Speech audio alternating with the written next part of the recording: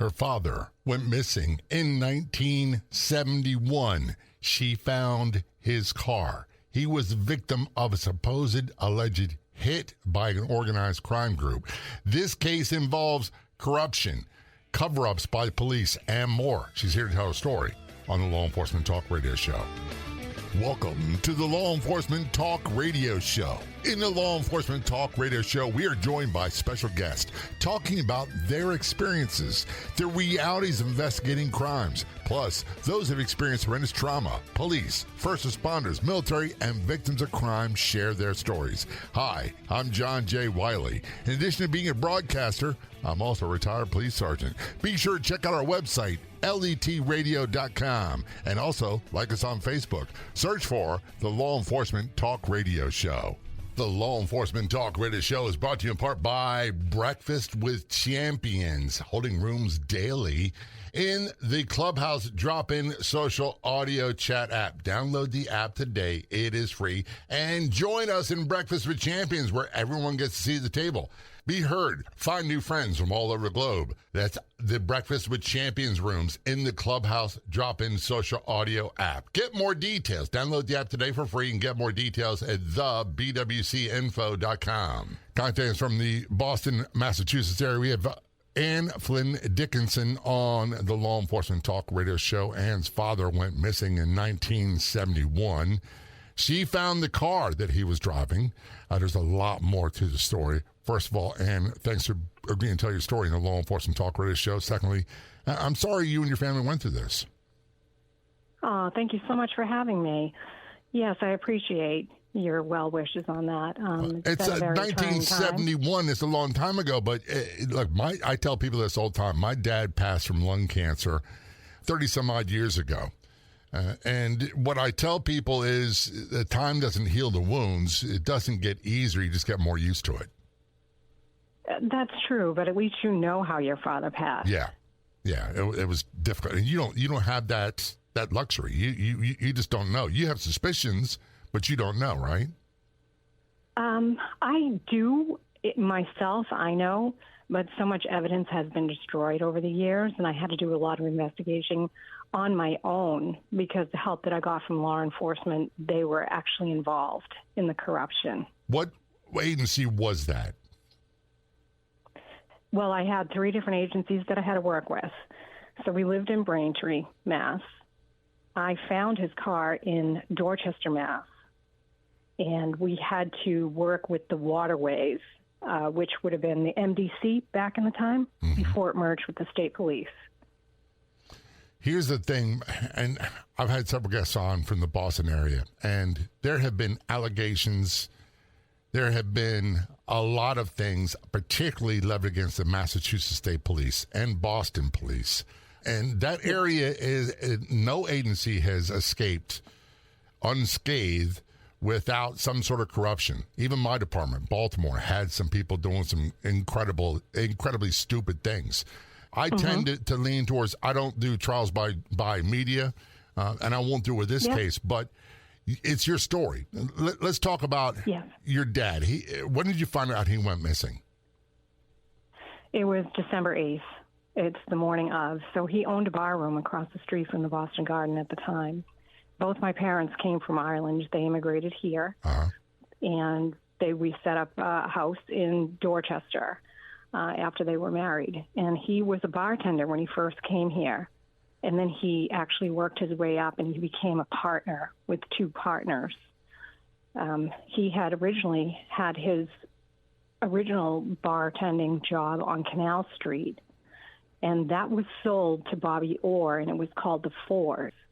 And he went into business with 2 other partners and bought a place on Portland Street, and that was called Downey and Judge. It was more of a restaurant instead of just a bar room. During that time, there was, we didn't feel that anything was off with him and his job. We had just left Boston, moved out due to busing, bought a brand new house in Braintree, and we ended up getting a new car, but he had an accident with his last one, and that's kind of what forced him to buy another one. And then we were discussing getting a pool and having all these things go on in our life that were really great. And the white picket fence was kind of coming true for these two people who immigrated here. And on December 8th, that morning, it was a Friday, I had gotten up. I was only 9 at the time. And my mother was acting very strange. The phone was ringing, which was very odd. And I overheard her say he didn't come home last night. So I pretended to be sick. Now, having an Irish mother, if you don't have a limb hanging off, you're My going to mother's school. Irish descent. Yeah, if you're not on your deathbed, you're going to school. That's right. Well, as soon as I said, I don't feel that good, and she said, you're staying home then, I knew then that just confirmed what my gut had been telling me, that something was very wrong. Now, before you go into that, and I got to say this, there's a lot of similarities in our story. My grandparents immigrated from Ireland, from County Cavan. My mother's first generation, and my grandfather, John McCormick, opened an Irish tavern in Rutherford, New Jersey. There's so many similarities. Wow. And but I would say this, people, if you've not watched the old, it's an old series, Brotherhood, that'll tell you a little bit about the Irish so-called mob in Boston, Rhode Island area, and how prominent they were and the kind of viciousness and crime they did. That was not the case in the part of New Jersey where they were at. Right. And you had just said the word were. They still are alive today. And that's what I'm finding out from a very big case that's going on here in Massachusetts right now. And it's the Karen Reed trial. I don't know if anybody has been following that. But we're not going to talk about that one. No, we're not. Nope. It's just helped me to find out and confirm more of my case. Now you say due to what's happening. Your parents are still alive, or the mobsters are still alive? No, the mobsters are still alive. My mother is still. My dad, obviously, he's gone. How old were you when this occurred? 9. So you found out your dad was missing. And I come from an old school Irish Catholic home. And with the occasion of dad drinking every now and then and coming home a little too intoxicated back in the day, he always came home. There was never an issue of that. That was not a thing where, that was very uncommon where I grew up for people to just not show up. Right. It was very uncommon for my dad, a very, very meek and mild type of mannerism, and he wasn't a drinker. That goes contrary to a lot of people think about the Irish, by the way. There's a whole lot of them that don't drink it. And I'm one of them. I'm 32 years sober. And people say, I go to the Irish pubs in Ireland. We'll get back in your story in a moment. And they're like, what do you have to drink? And I'm like, a Diet Coke. They go, what is the matter with you?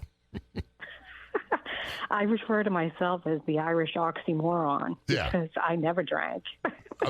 We had the old sayings, and I promise we'll get back to your story because it's so insightful. But there's two types of Irish. There was what we called the Irish pioneers, and they were the non-drinkers, and they had the lace curtains and the fancy stuff in the house, and you had dirt floor Irish, and I came from the dirt floor Irish with the cows in the kitchen. And the same here. Yeah. Dirt floor, because I spent my summers over there. Did you? No, I've been for the first time. I want to go back. I really do. And I also want to visit Boston. I've never been to Boston. I want to see that. Oh, you need to come up. But before we take a break and return to your story, one of the things that happened for me when I went to Ireland was I found out a lot about me as an individual. That what I thought was unique about me was not. And I suspect the same thing with the Boston area, that I'm a lot like a lot of other people. Yes, absolutely. And there's a lot of comfort in that, if you ask me. This is the Law Enforcement Talk Radio Show. We're talking with Anne Flynn Dickinson. Her father went missing in 1971. She found the car, which we'll talk about in a few moments. It was a suspected hit, assassination, which we'll talk about. There was allegations of crime and cover-ups and all that stuff and corruption from the police departments in that area, which she would talk about. Her stories, including the book Code Black by Billy Fleming. This is the Law Enforcement Talk Radio Show. Don't go anywhere. We'll be right back. Remember when news was free? Be sure to check out the Newsbreak app. It's free. And be sure to follow the Law Enforcement Talk radio show and podcast on the Newsbreak app. Newsbreak is your #1 local news app for current events, free live news for you and your community. Download the Newsbreak app today for free, and be sure to follow the Law Enforcement Talk radio show and podcast on the Newsbreak app. That's the free Newsbreak app. Be sure to look for and follow the Law Enforcement Talk radio show and podcast. Did you know that there are people earning $30,000 or more per month from Meta or Facebook? Did you know that you can too? All without breaking the time bank. Learn how to work smarter and not harder on Facebook. Get step-by-step instructions on what to do and what not to do. Start with a free membership. Get details at letbreak.com. letbreak.com. That's letbreak.com.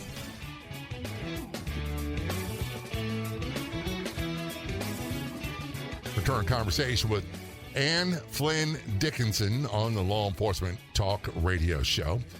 Ann is contacted from the Boston, Massachusetts area.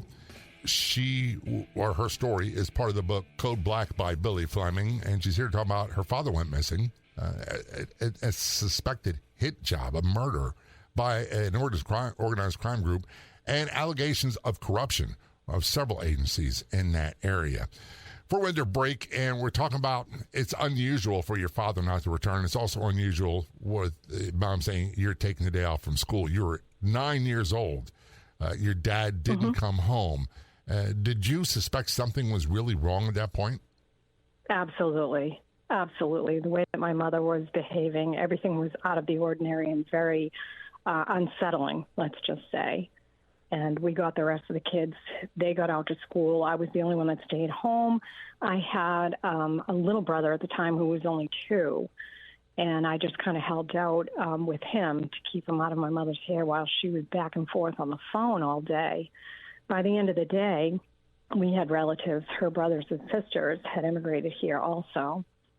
And she reached out to them and started to make arrangements for us to be split up between the other families to stay over until she could get a grip on what might be happening. Right.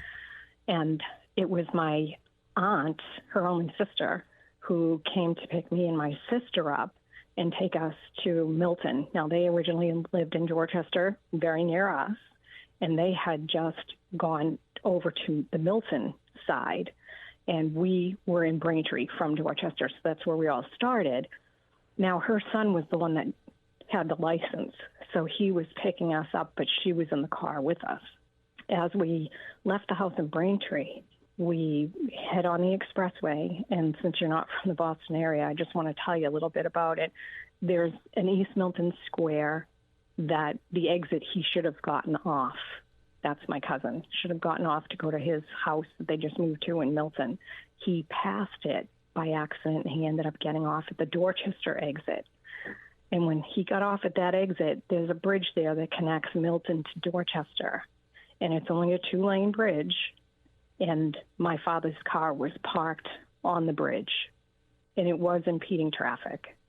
My cousin pulled over at the time when I said that was his car, and it was very frightening to me. I don't understand to this day why it was me that got picked to do this job. But my aunt did take me over to the car. I really didn't want to go. I felt that he might be dead in the car. Thank God I was wrong. But the keys were on the dashboard and the wallet was on the front seat and the car was locked. So we didn't have cell phones back then. We drove back to my aunt's house. That's when she notified my mother, who at the time, she had to file the missing persons report with Braintree, because that's the town we lived in. She had to file a police report also because the car was found in Dorchester, which was part of Boston. And at that time, they took the car and they towed it back to our house. They did not keep it for any kind of evidence. This bridge, anybody can look it up. And if you look over the side of the bridge, literally feet from it is where the 7 bodies that Whitey Bulger buried, and he was tried and convicted for. Mm-hmm. So that also came out later. That was after my father's car was found. That was December, obviously, and a couple of days before they went missing, my father went missing, I was being grounded. I don't know what simple thing I had done, but I had written a note, and it was to my parents, and I was very upset with them for grounding me. I couldn't go out with my friends, and unfortunately, I wished they were dead. Yeah. And right at Christmas time, for a 9-year-old's wish to come true and it be that. That's the thing that stays with you forever. I'm not covering for you, but I jokingly tell people that we did all kinds of stupid things. And I don't know if it's an Irish thing. I don't know what it is, but when I get upset, the first thing that runs is my mouth.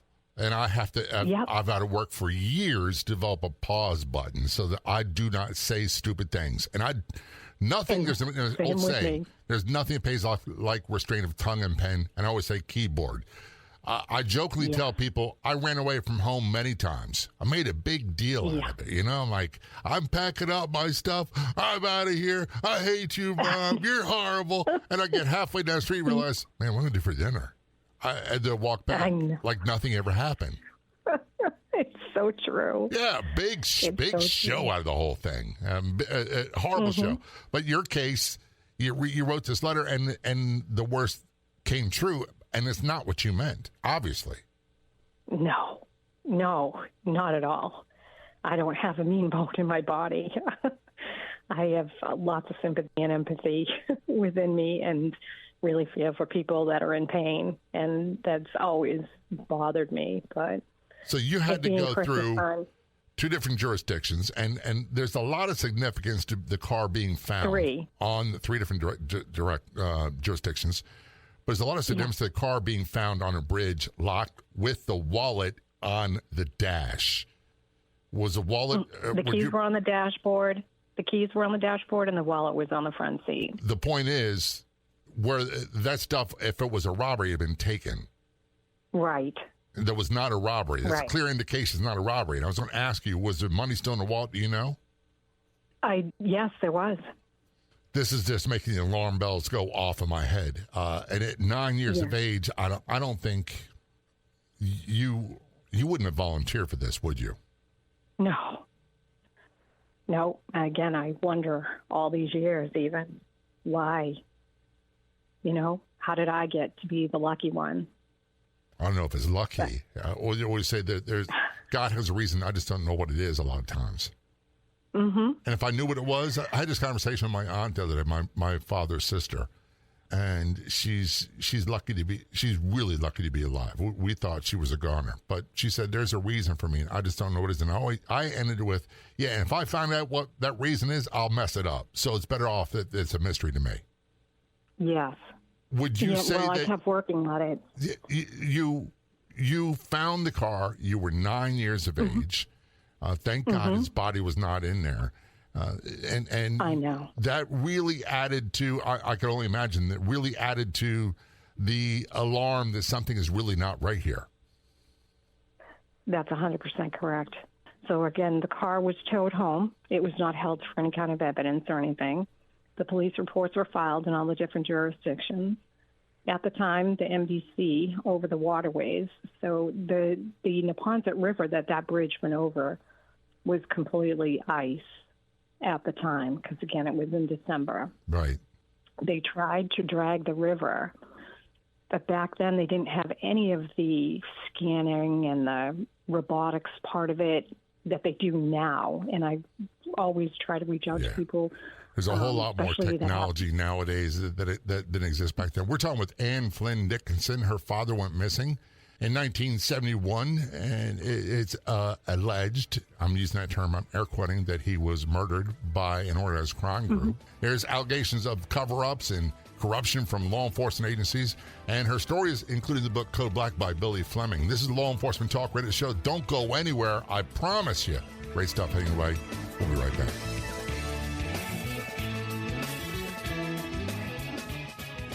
Think of Facebook as the world's largest marketing platform, and most of their features are free. Facebook has more than 3 billion users worldwide, and more than 68% of them use the platform every day. Learn how to work smarter and get maximum engagement. Plus, many people can earn a monthly income from Meta. Get step-by-step instructions on what to do and what not to do. Start with a free membership. Get details at letbreak.com. letbreak.com. That's letbreak.com. You can find us on Facebook. Just search for the Law Enforcement Talk Radio Show and be sure to click like.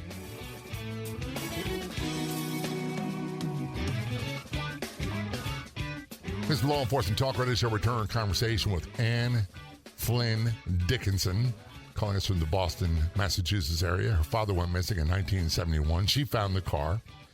He was murdered, allegedly, by an organized crime group. And there's lots of allegations of corruption and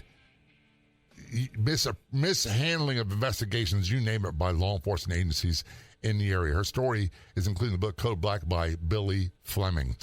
Before we went to break, and you talked about finding your dad's car. You were 9 years of age. We don't understand why you were given this task, but this task was given to you. Have you ever found out what happened to your dad? I have, yes.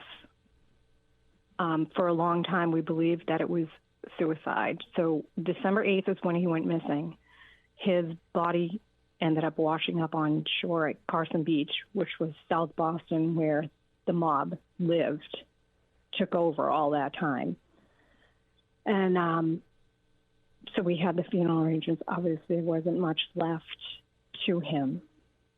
And on the death certificate, it was chosen as undetermined. So that was left kind of blank because they did an autopsy, but the medical records for the medical examiner's office, conveniently from the years of 1971 to 1975, were destroyed in a sprinkler flood within the building. Right. And those are the years that the mob was active. And they killed a lot of people. They killed a lot of people. How long was your dad's body in the water? It was a month and a half. And for those who don't know, without getting graphic, and I'm not a homicide detective. I never was one. I did work patrol for a long time. But when you have bodies in the water, they get exposed to the elements and they change dramatically. And one of the things that is used for determining cause of death is soft body trauma or skin, other things that they can tell. When you get to a month and a half, there's a lot of things that happen in the water that make it more difficult. Was there anything obvious like a fractured skull or a gunshot wound or anything of that nature? Again, I do not have any autopsy records to go by. Okay. But everything about this sounds... It's an unnatural death. Let's put it that way. The cause of death is not natural. He didn't die in natural causes. He didn't die from Alzheimer's or heart disease. He was in the water. The question was it forcible or was it done by suicide? You were tasked with investigating this because in your mind, did you not get a lot of good answers from local law enforcement agencies? Well, after the body came back and we buried him, obviously you know how the Irish work. We're just not going to discuss this. I'm not telling you nothing. That's why I'm amazed we even had this conversation on the radio show. Yes. Look, I got to say this before people say, when I was a kid, and this is one of the things I learned when I went to Ireland, the Monsignor at the Catholic school I went to could ask me, how are things at home? How are things with your mom and dad? And my answer is always going to be fine. I'm not telling you nothing. Yeah, exactly. And it wasn't until years later that this became an issue for me. So we just accepted that it was supposedly suicide, but you really don't know. At least we got him home. We were able to bury him. And life went on. Then was back in 2005, I believe it was, that Billy Fleming wanted to write a book. And he was law enforcement. He was actually acting chief for the MBTA police at the time. He wanted to write a book, and he wanted to use my story in it because we were friends for a long time. And he needed it legally to be signed over to him I needed to prove that it was true. Right. and bring all the paperwork that I had. So I brought the death certificate. I brought everything that I had. And when he truly found out the meat of the bones, where my father worked, where his bar was, all the details, because we never talked about it, he said, "Ann, I'm going to tell you right now, this is not normal, and I have plenty of contacts, and I want to, if it's all right with you, to set you up with 2 cold case detectives from Boston, if you wouldn't mind talking to them." And I said, "Absolutely not. I would be happy to do that." So I sat down with them, and the first thing that they tried to do was, that's how I found out about the medical examiner records, that they were no longer existent because they were ruined in a flood. So then they went to hospital records. They pull everything about him because they wanted to also know if my father was involved with any kind of dirty business himself, right, which he came up clean every which way that they did it. So they knew he wasn't involved per se. There is question, though, about where money was coming from, because he had to come up with money in order to go into partnership with the new bar, and it didn't come out of any personal money, and there wasn't a loan that was outstanding. So that leaves us 2 alternatives there. That's a huge red flag for everybody, or should be. Yeah. And the North End, where the Italians, they were the ones with the means. The Angelos, they were the ones that did the loan sharking for the mobs. And as you said in the beginning of your conversation, these mobs run the entire East Coast. They run them all the way from Maine all the way down to Florida. And each one has their own business, if you will, and they all service each other or pay homage when they're in their territory. No one can take from the territory. A lot of what other guests have told me is that, and the reason why bars were highlighted by these organized crime groups is they wanted businesses that specialized and did most of their operations in cash, because you could do laundering. And a lot of these organized crime groups, so that included bars, liquor, whiskey, also prostitution, numbers, gambling, all that other stuff. When people started purchasing with plastic cards, credit cards, debit cards, all that stuff, it started to change the way they did business. So when you said this money came from somewhere and we're not sure where, that's a big red flag back in the early 70s. Yes, absolutely it was. So they pulled hospital records. And as they went over my dad's hospital records, a couple of things stood out that I had forgotten. And only a couple of months before he went missing, he had the tip of his finger cut off in the meat slicing machine at work. So that became another thing that they, wanted to look into. What finger was it? All these other things. They're all signs. Everything is a sign. Right. He also was involved in a car accident, and that's what totaled the car in order for him to buy a new one. And he was being chased through the Sumner Tunnel, he said, and he crashed into the wall. So that was another red flag for them that they wanted to also look into, but it kind of led to dead ends. How are you going to find out these things when you're talking about 40 years later, There's not a whole lot of evidence or witnesses or anything. There's just not a lot to go on. And that's not unusual. Again, I'm not a homicide detective. I don't play one on television. But these things are not unusual for the MO of the organized crime groups. That's right. And if I was able to display a picture, I could show you that there was a turret above the bridge, too, where there were 2 people that were actually on duty that night. Those 2 people claimed that they were asleep and they didn't see anything. Now, here's a car that's on your bridge. When you look out the window, you can't not miss it because it's impeding traffic. Right. You see what's going on. They had to know what time it was, but they absolutely were involved. Chose not to say anything, obviously, because they could be the next ones. And also the fact that there were 7 bodies that were buried next to that bridge, and the bridge is not high. This bridge, kids would jump off of in order to cool off in the summertime. That's how high. It wasn't very high at all. So right. If you were going to pick suicide, this would not be the choice. No, that's probably not going to. And that time of year with the water being iced over, it's not something most people do. That's right. And usually, I'm not saying Christmas time is not a big time for suicides, but when people do, or death by suicide, when people do, they look at all the options available. And the thought that the river might be iced over usually is something that most people say, no, I'll find another way. This is the Law Enforcement Talk Radio Show. We're talking with Flynn Dickinson. Her father went missing in 1971. She found a car, suspected hit by organized crime groups, and there's a lot of allegations of cover-ups and corruption from local law enforcement. Her story is included in a book, Code Black, by Billy Fleming. This is the Law Enforcement Talk Radio Show. Don't go anywhere. We'll be right back. Remember when news was free? Be sure to check out the Newsbreak app. It's free. And be sure to follow the Law Enforcement Talk Radio Show and podcast on the Newsbreak app. Newsbreak is your #1 local news app for current events, free live news for you and your community. Download the Newsbreak app today for free, and be sure to follow the Law Enforcement Talk Radio Show and podcast on the Newsbreak app. That's the free Newsbreak app. Be sure to look for and follow the Law Enforcement Talk Radio Show and podcast.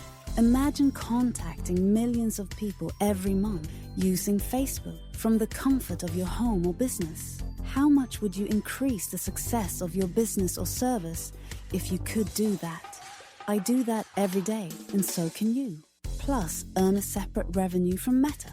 Learn how to work smarter and not harder on Facebook.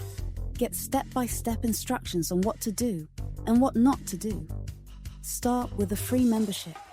Get details at letbreak.com. letbreak.com. That's letbreak.com.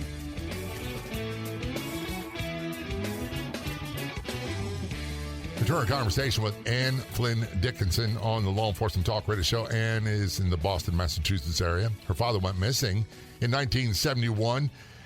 Looks like it was a hit by an organized crime group, a murder. And there's allegations of corruption and misfeasance by local law enforcement agencies. Her story is included in the book Code Black by Billy Fleming. For Winter Break, you talked about lots of things, Ann, and some of them, without the incident with your father, I can relate to so much. It's a different situation for me. That comes from ethnicity. That comes from even different parts of the United States. There's a lot that is very similar. However, one of the things that you said that when this happened, your mom sent you off to live with the relatives and split up the family. That's not unusual. That's even in the 70s, it was not unusual, but in the 60s and 50s, my mother did that, was raised with her cousin, because the Irish people that had jobs were not allowed to have children during the week. They lived at the place. So during the weekdays, these cousins would live with them. It was not unusual. For everybody else, I may say, why would they do that? It's not uncommon. Right. And it was basically just until we got through that hump of not knowing, kind of back and forth. We still went to our own schools, if you will, but on weekends, we were pretty much separated until it all came together again. How long of a period of time were you all separated? Do you remember? It was about 2 months. Okay. And then you came home, and this is, and there's no really polite way of putting this, and I don't mean to sound harsh, but you really don't know what happened. And there's this lingering question. Dad's gone. What happened? Right. So Billy Fleming, as I stated before the last commercial, that he wanted to write a book and he needed all of my information. So with that, he connected me with 2 cold case detectives. Right. From the Boston cold case detectives, they actually bumped me up, got me involved with the Mass State Police, and it was the organized crime unit.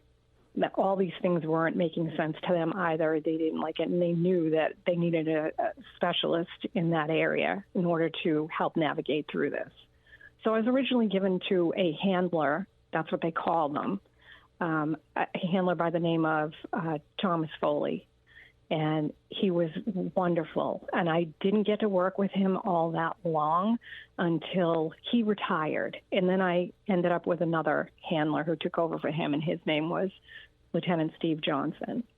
Years later, so I started my thing in probably like 2003, 2005, And then comes Whitey Bulger was arrested in 2011. How did that guy, I hate to interrupt you, how did that guy stay on the land for so long and do the damage he did? I don't get it. I do, and it's all coming out now. It's all coming out now up here in Massachusetts. The point I'm getting at is Whitey Bulger was not, I'm a fairly big guy, he was not an imposing figure. He was, in my opinion, a world-class piece of you-know-what. Absolutely. Still is. And he surrounded himself with world-class pieces of you-know-what type people.